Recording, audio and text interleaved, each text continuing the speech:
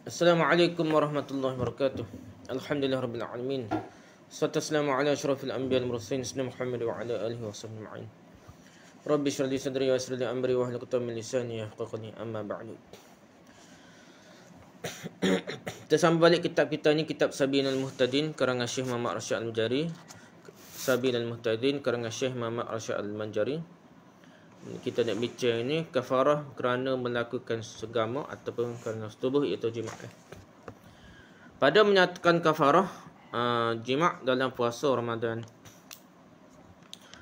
bermula wajib kafarah, denda lah kafarah nak, dan ta'zir, lebih kurang lah, serta qada atas barang siapa yang membatalkan puasanya tak pada nak qada, tapi kena ada denda dah. Sehari daripada bulan Ramadan dengan jima'. Kalau ada je jima', kena pertama kena qada dia semaya puasa tu. Yang berdosa dan yang berdosa lah. Yang berdosa ia dengan dia pada pihak puasa. Lepas tu, dan jikalau ada jima' itu pada dubur lelaki atau perempuan, atau pada faraj atau dubur binatang, semua tu kira jima' berlaku dah. Atau dengan berlapis, berlapis sekalipun. Dan seperti membatalkan, kata kondom lah, kata dah, kira tu juga dah. Dan seperti membatalkan puasa, menegahkan sahnya, tak sah lah puasanya.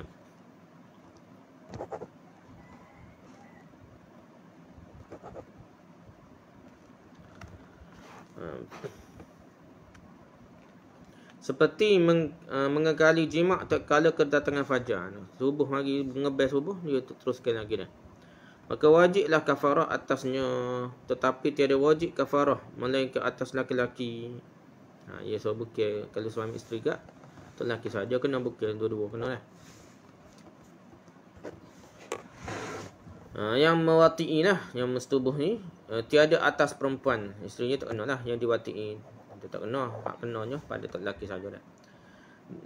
Isteri tu pada orang qada puasa sajalah sehari dah. Tak lelaki ni sama ada 2 bulan ataupun dia kena bayar 90 orang miskin, ataupun adalah kita bicara lepas ni dah. Dan tiada atas lelaki yang diwati'i. Lelaki wati'i dia liwat dah. Dan jikalau batal puasa kedua-duanya sekalipun, dua-dua batal tapi so dia kena denda dah. Seperti dimasukkannya zakarnya ke dalam dubur atau faraj yang tidur. Kemudian maka dikekalkan oleh keduanya kemudian fajar, kerana tiada disuruhkan oleh Nabi memberi kafarah. Dalam hadis yang lagi akan datang, yang melainkan laki-laki yang muwati'i jua. Jadi kena seorang saja dan ikut hadis tu. Dia tak payah suruh laki bini suku. Dia kenanya suami saja dah. Itu ikut hadis lah.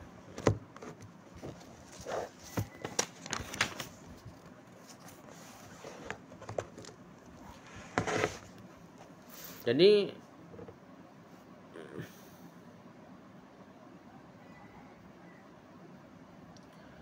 dan wajib kafarah atas yang tiada batal puasanya dengan jima', seperti jima' ia pada hal ia lupa dah akan dirinya dalam puasa tu. Tak ingat.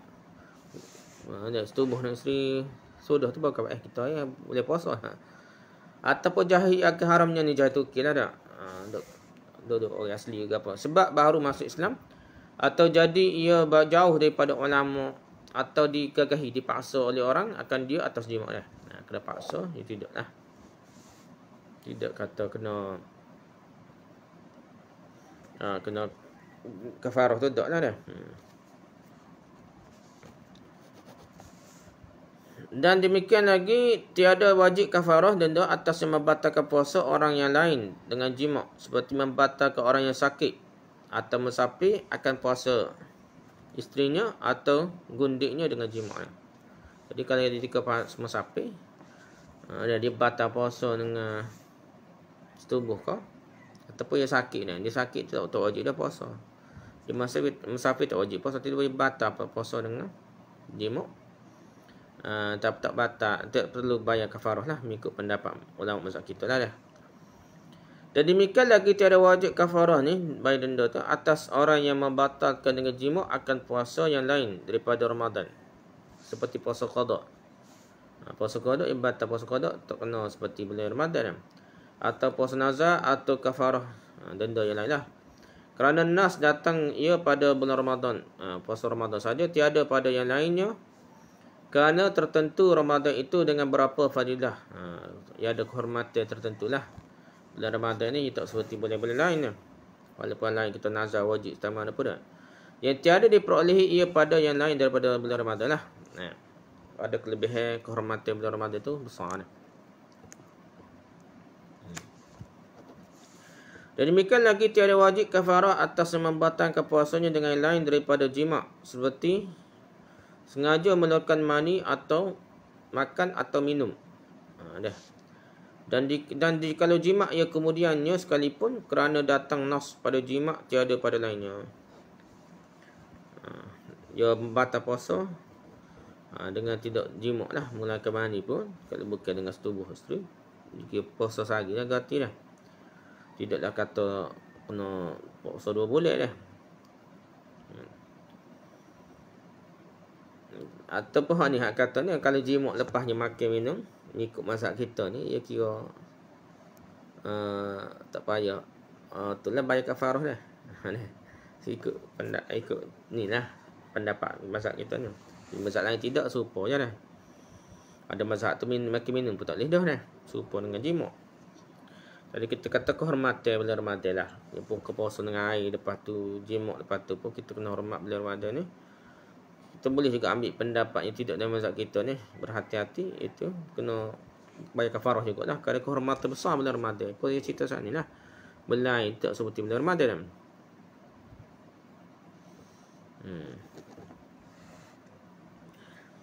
Dan demikian lagi tiada wajib kafarah atas orang yang membatalkan puasanya dengan jima yang tiada berdosa ia dengan dia pada pihak puasa, seperti jima yang sakit atau yang musafir, akan isterinya atau gundiknya dengan niat tarakhus, niat ambil rukhsah lah. Yang ambil rukhsah ni dia ni orang sakit, dia ni orang musafir, dan dia tak boleh nak puasa. Takut letih, jadi dia boleh ada keringanan untuk tak puasa. Maka bila tak puasa, tak wajib puasa atas dia, maka dia jima lepas tu pun tak kira kena bayar kafarah lah, ikut mazhab kita ni.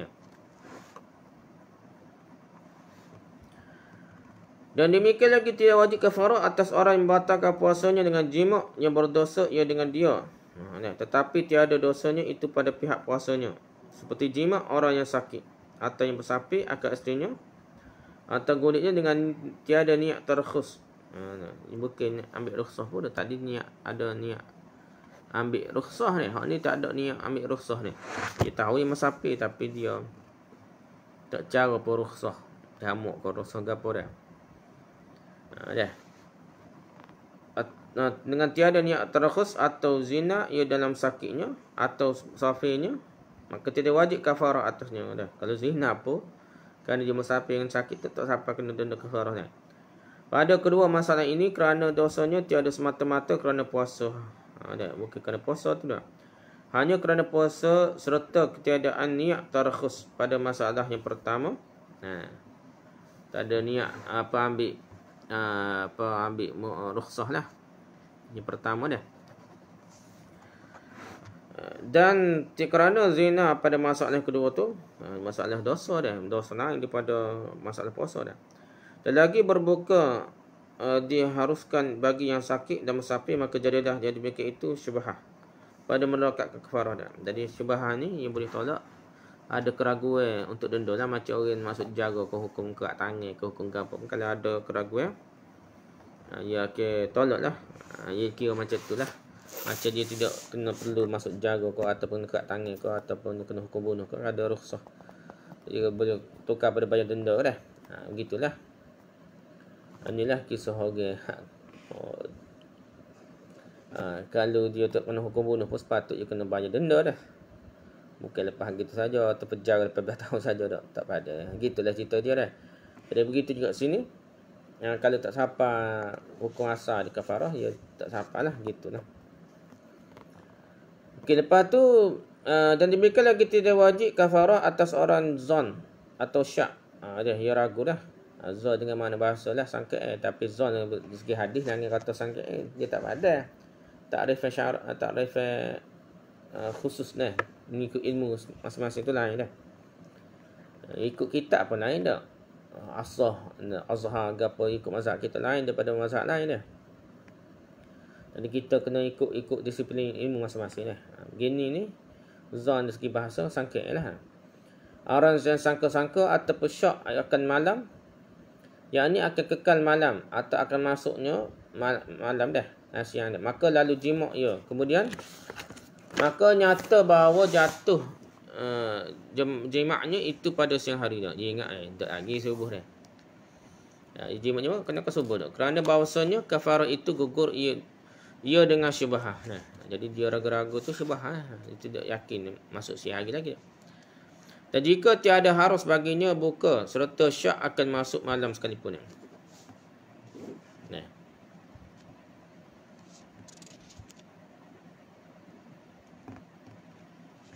Jadi dia ni dia ragu ni maghrib ke tak maghrib asalnya tak boleh lah batal puasa dia dah.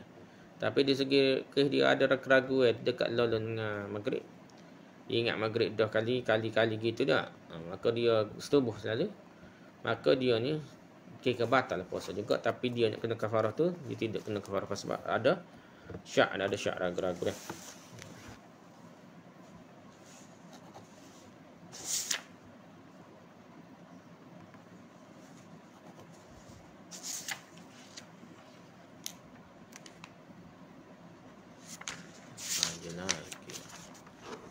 Apalah macam mana. Dan demikian lagi orang yang makan dengan lupanya, maka disangkanya bahawa puasanya itu batal sebab makan dengan lupa. Kemudian maka jima' ia kerana diiktikadkannya bahawa dirinya tiada puasa lagi, maka iaitu tiada wajib kafarah itu atasnya. Dan jika batal puasanya dengan jima' tiada makan sekalipun ya. Dia ingat batal dah. Jadi dia tak batal ni kerana dia tak sengaja makan, tapi dia ni jahil. Aku termakan batal lah puasa aku. Dia pun jimuk lepas tu dah. Jadi tak batal dia tu kerana dia syubhat, dia ragu-ragu, dia jadi kena cap punya jahil dia tu menyebabkan dia lepas kata macam dia batal puasa sebenarnya, batal puasa kerana jimuk. Lepas pasal dia tak batal, tak sengaja makan dah. Tapi kerana dia jahil ingat batal dia puasa dia pun pergi jimuk bini dia dah. Maka pada keadaan itu kita kena kafarah juga kerana ada syubhat, ada keraguan dah. Masalah jikalau seorang melihat bulan Ramadan. Tu ceritanya lah. Tapi kita kena dengar pendapat mazhab lain, ulama lain supaya kita ada kehormatan bulan Ramadan ni.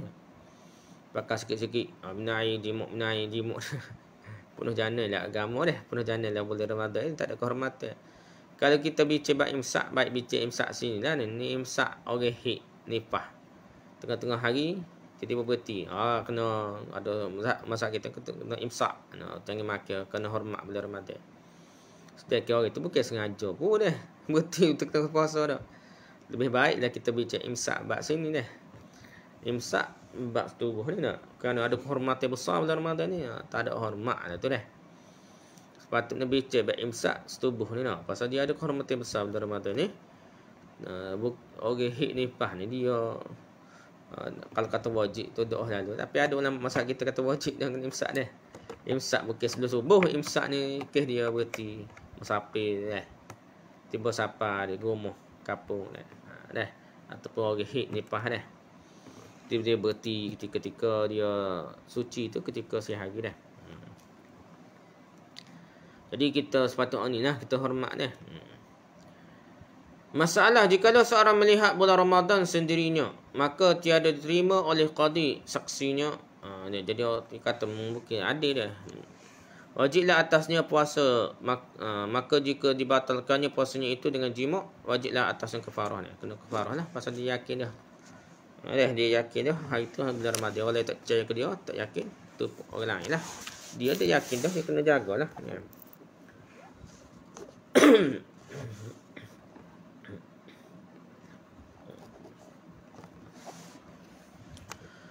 Syahadan bahawa kafarah jima' pada sekali yang tersebut itu seperti kafarah zihar jua, iaitu memerdekakan seorang hamba sahaya yang mukmin sejahtera daripada sekalian aib Jadi hamba tu jangan kurang lah.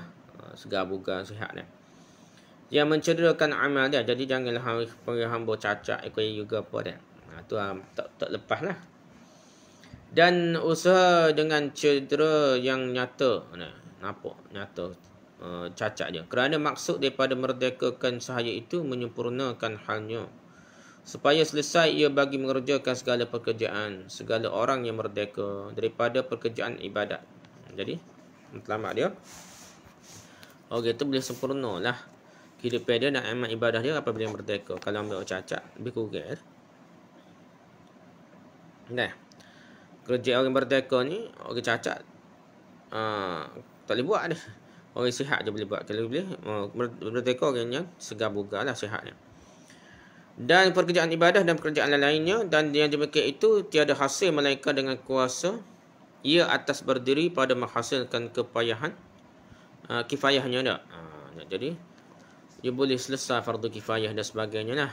Keperluan sendiri boleh buat kan. Maka tiada memadai merdekakan hamba saya yang sangat tua dan yang gila dah, dan yang sakit yang tiada diharap sembuhnya, dan yang terpotong kelingkingnya dah. Tangan dia dah, jari dia potong dah.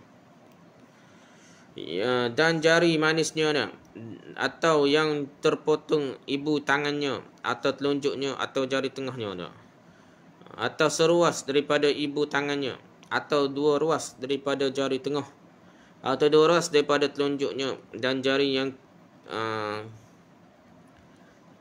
kiput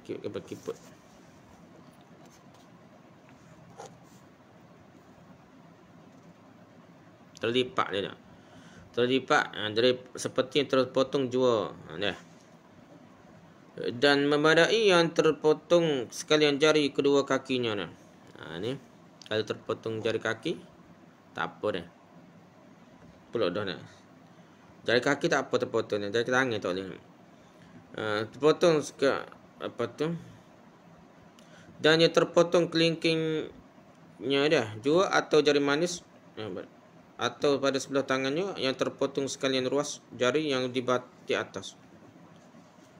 Potong ni bahagian atas nah, bukan jari tu bahagian bawah ni. Dah. Jadi dia tak nak, dia masih ada ni istihad ni dah. Detail ni dah. Yang dari daripada ibu tangan lah dah. Jari ruas ni ada atas ada bawah. Kalau potong yang atas ni lah dia kata dimaafkan lagi, kira sempurna lagi lah. Dan memadai panjang yang boleh berturut-turut berjalan.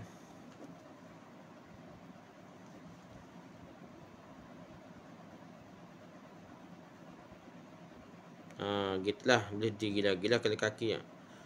Dan yang buta sebelah matanya boleh tak boleh? Boleh lagi dah. Boleh dah. Jika tiada dhaif penglihatan matanya, jadi dia boleh melihat molek sebelah lagi. Yang sejahtera dengan dhaif, yang mudarat dengan amal dengan mudarat yang nyata dah. Tapi tidak okey. Tapi itulah, dia boleh lagi buat kerja buatlah. Dia sejahtera daripada doa dengan doa. Jadi dia selamat daripada mudarat lah amal perbuatan dia. Kebuta sebelah mata boleh buat kerja buat lagi dah. Dan memadai yang tuli dan yang tiada bercium. Tak boleh nak cium bau dah.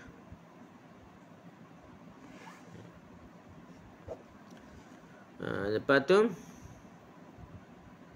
dan memadai terpotong kedua telinganya dan hidungnya.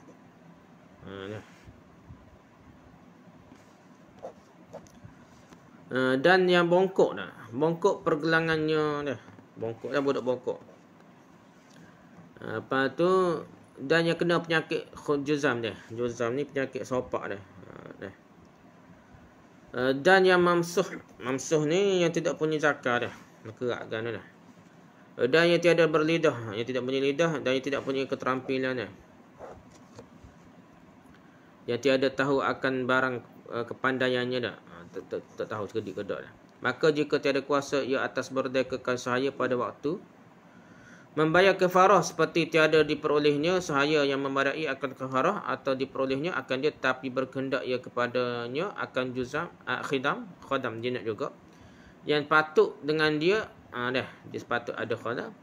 Berkendak ia kepada harganya akan kifayah dirinya, dan kifayah iyalnya, keluarganya tak.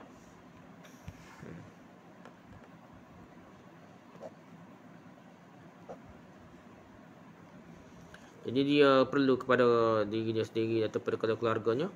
Dan makanannya dan pakaiannya dan tempat kediamannya dalam setahun, maka wajiblah atasnya puasa 2 bulan berturut-turut. Tak boleh nak ambil hamba, terpaksa lah puasa 2 bulan berturut-turut. Dengan bulan hilali. Bulan hilali ni kalender peredaran bulan lah. Bukan matahari dah. Kalender hilali. Dan jika inkisar, inkisar ni putus dah.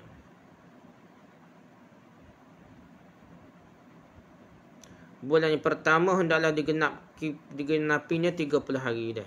Dia kena 30 hari cukup duduk. Daripada bulan yang ketiga, jadi dia kena ambil 30 hari bukan 29 hari. Maka jika batal puasanya itu sehari sahaja daripada 2 bulan itu, dan jikalau dengan uzur sekalipun seperti sakit dan safar dan menyusu kanak-kanak,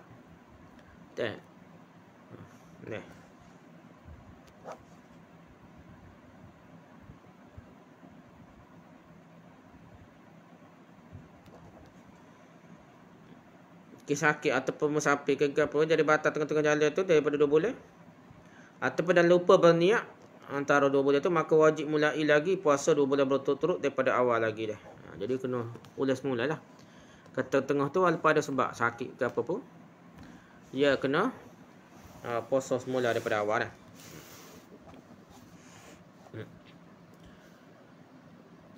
Tetapi tiada putus berturut-turut dengan berbuka sebab haid dan nifas. Kalau tin ni atau gila atau pitam, ia berkekalan sehari. Kerana segala perkara itu menafikan ia akan puasa dah. Puasa setengah mana pun tak sah dah. Tapi kita bercedah ni, kalau tak laki bini, tak laki dah kena dah. Dan lagi datangnya tiada dengan ikhtiar, maka jika tiada kuasa, ia mengerjakan puasa 2 bulan berturut-turut kerana sangat tua atau sakit. Berkekalan 2 bulan atau takut ia akan bertambah sakitnya atau kerana sangat syahwatnya akan wati, maka wajiblah atasnya memberi makan akan 60 miskin atau fakir daripada ahli zakat. Tiap-tiap seorang daripada mereka itu 1 muk daripada makanan yang membadai akan fitrah. Dan harus baginya memberikan jumlah 60 mud. Itu bagi mereka itu seperti dikata bagi sekalian mereka itu ambil olehmu akan 60 mud ini itu, serta diniatkannya akan kafarah. Tapi beri pun 60 mud sore pun kena niat kafarah lah, ataupun molekkan 60 orang lah.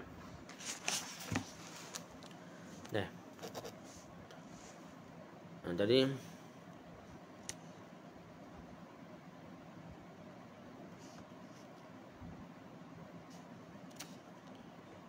tapi tidak boleh memberikan setengah muk pada seorang fakir miskin, tak boleh lah. Dia kena bagi seorang tu setengah 1 muk paling kurang dia.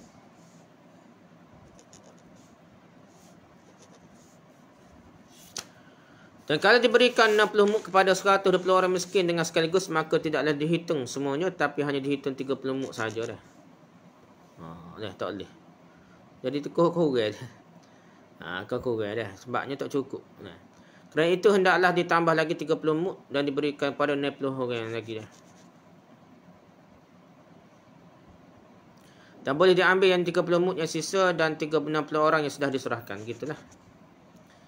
Kalau katanya pada saat menyerahkan kepada fakir miskin bahawa inilah kafarahku, dan kalau kata pemilik kafarah seperti itu, maka tidak boleh ia mengambilnya dan boleh memberikan 2 muk kepada seorang fakir miskin untuk 2 kafarah. Jadi kita beli 2 muk untuk seorang tu boleh makan 2 hari dah. Gitulah masuk tu dah.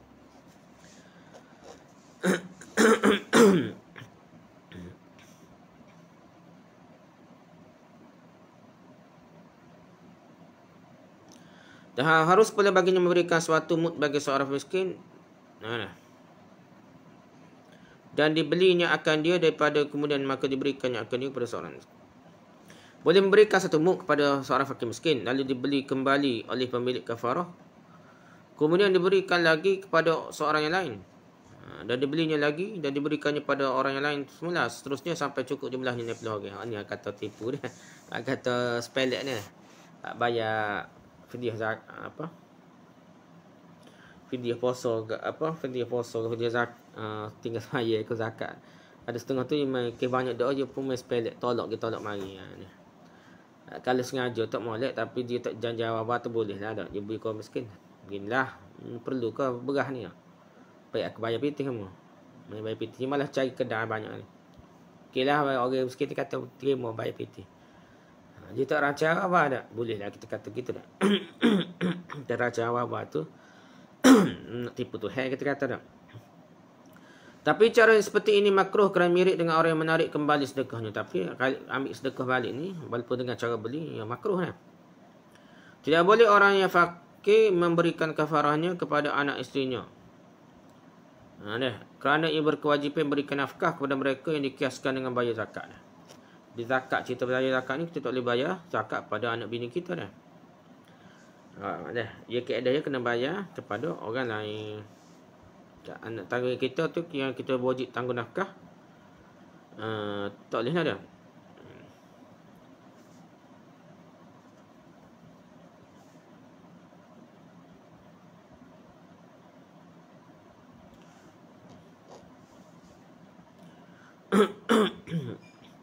Syahadan.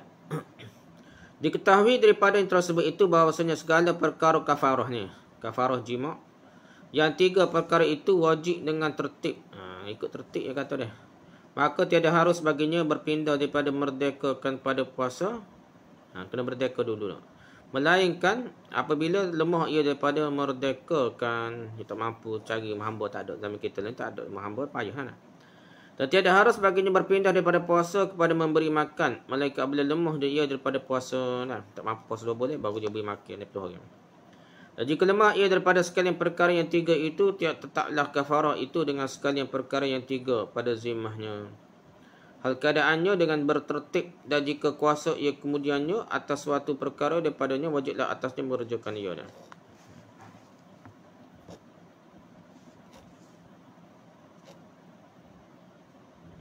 Jadi tak mampu tiga-tiga, jadi hotel lah. Zimmahnya hotel lah. Dia kena ikutlah 10 tahun akan datang baru boleh qada lah. Jadi tanggungan je lah. Jadi kalau mampu pula kena ikut hotel tu pula dah. Gitulah cerita dia.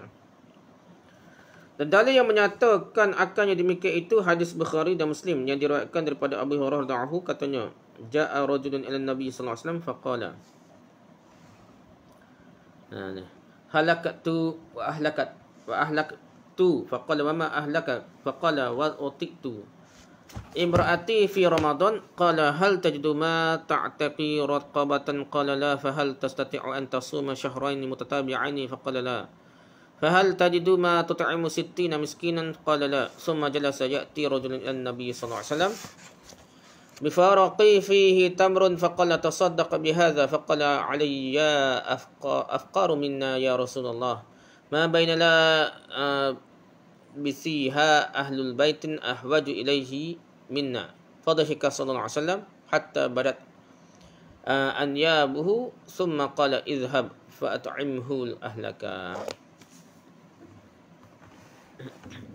Artinya pada suatu peristiwa datang seorang lelaki menemui Nabi sallallahu alaihi wasallam, berkata, aku binasa dah.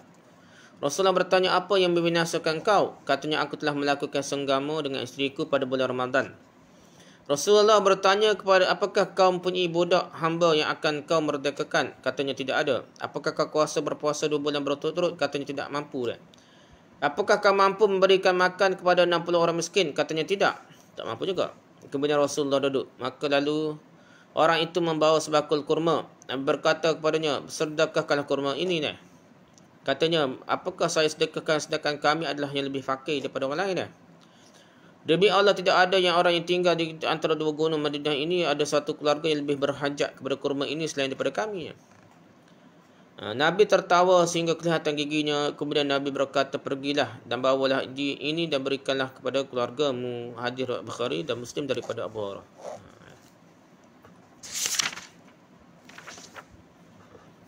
Tengok dah.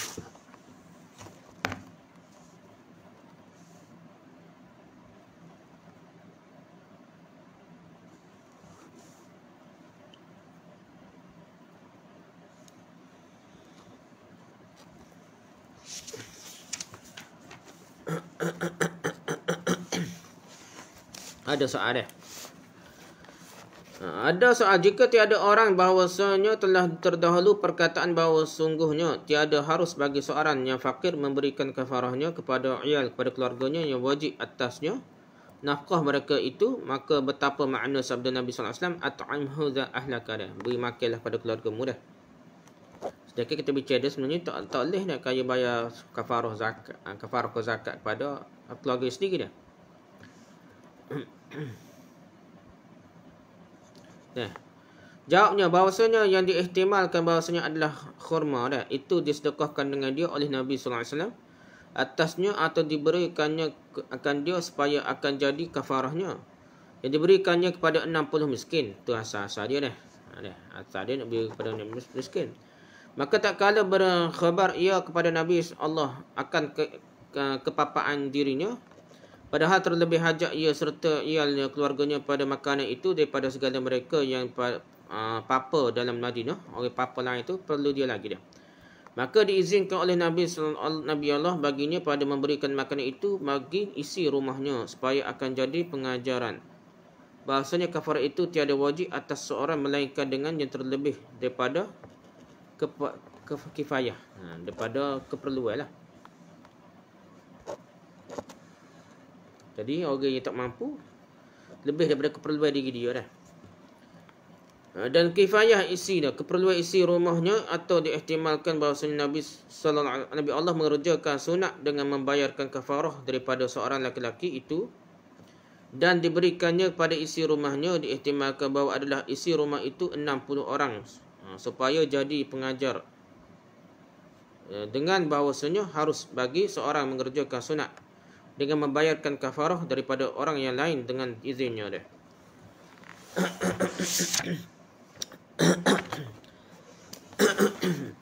Jadi ya, ada maksudnya, ada ulama faham bahawa Nabi tolong bayar ke dia. Dia bayar tu kena oleh ke dia balik dah.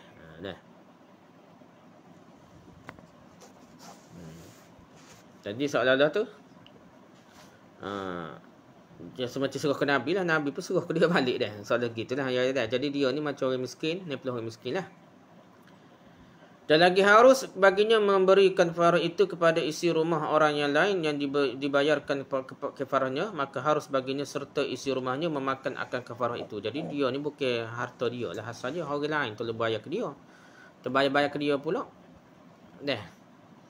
Orang tu beri balik ke dia, jadi macam dia tolong bayar lah, Nabi tolong bayar ke dia. Jadi lepaslah dia ni. Syahadan, gugurlah kafarah dengan mendatang gila dah. Gugurlah kafarah di sini dengan mendatang gila atau mati pertengahan hari yang jima' ia dalamnya, tetapi tiada gugur kafarah itu sebab kedatangan sakit atau safar atau pitam atau ridah kemudian daripada jima' pada hari itu dah. Jadi kalau mati ke apa tu batal. Kalau pesen murtad ke apa, perjalanan ke apa, tak batal lah, dia kena qada dan dia kena bayar kafarah lepas tu lah dah. Dan demikian lagi tiada gugur kafarah itu sebab apa-apa seperti yang telah terdahulu kenyataannya. Jadi orang miskin pun dia kena tangguh lah sampai tunggu dia kaya dah. Dan berbilanglah kafarah itu sebab berbilang jima' yang membatalkan puasa, maka jika jima' ia 3 kali dalam 3 hari yang berlainan, wajiblah atasnya 3 kafarah. Sama ada dibayarnya kafarah yang pertama dahulu daripada jima' hari yang kedua, atau tiada kerana puasa tiap-tiap hari itu suatu ibadat yang mustaqillah dengan sendirinya. Dia berdiri sendirilah. Jadi puasa tu setiap hari tu dia berdiri sendiri dia. Jadi kalau dia 3 hari berlainan, dia kena 3 kali kafarah lah. Maka tiadalah masukkan kafarahnya dengan kafarah puasa hari yang lain lah. Tak tinggal lah, suku-suku dah. Tapi jika jima' ia dalam sehari 2 kali atau lebih, maka tiada wajib kafarah, hanya sekali jua dengan jima' yang pertama sahaja yang membatalkan puasa itu dah. Jadi sekali lah. Kalau 3 kali jima' apa tu, hari pertama apa, hari itu, jadi ia kena sekali saja dah. Wallahu a'lam. Subhanakallahumma wa bihamdika, subhanakallahumma wa bihamdika, subhanakallahumma wa bihamdika, asyhadu an la ilaha illa anta, astaghfiruka wa atubu ilaik. Assalamualaikum warahmatullahi wabarakatuh.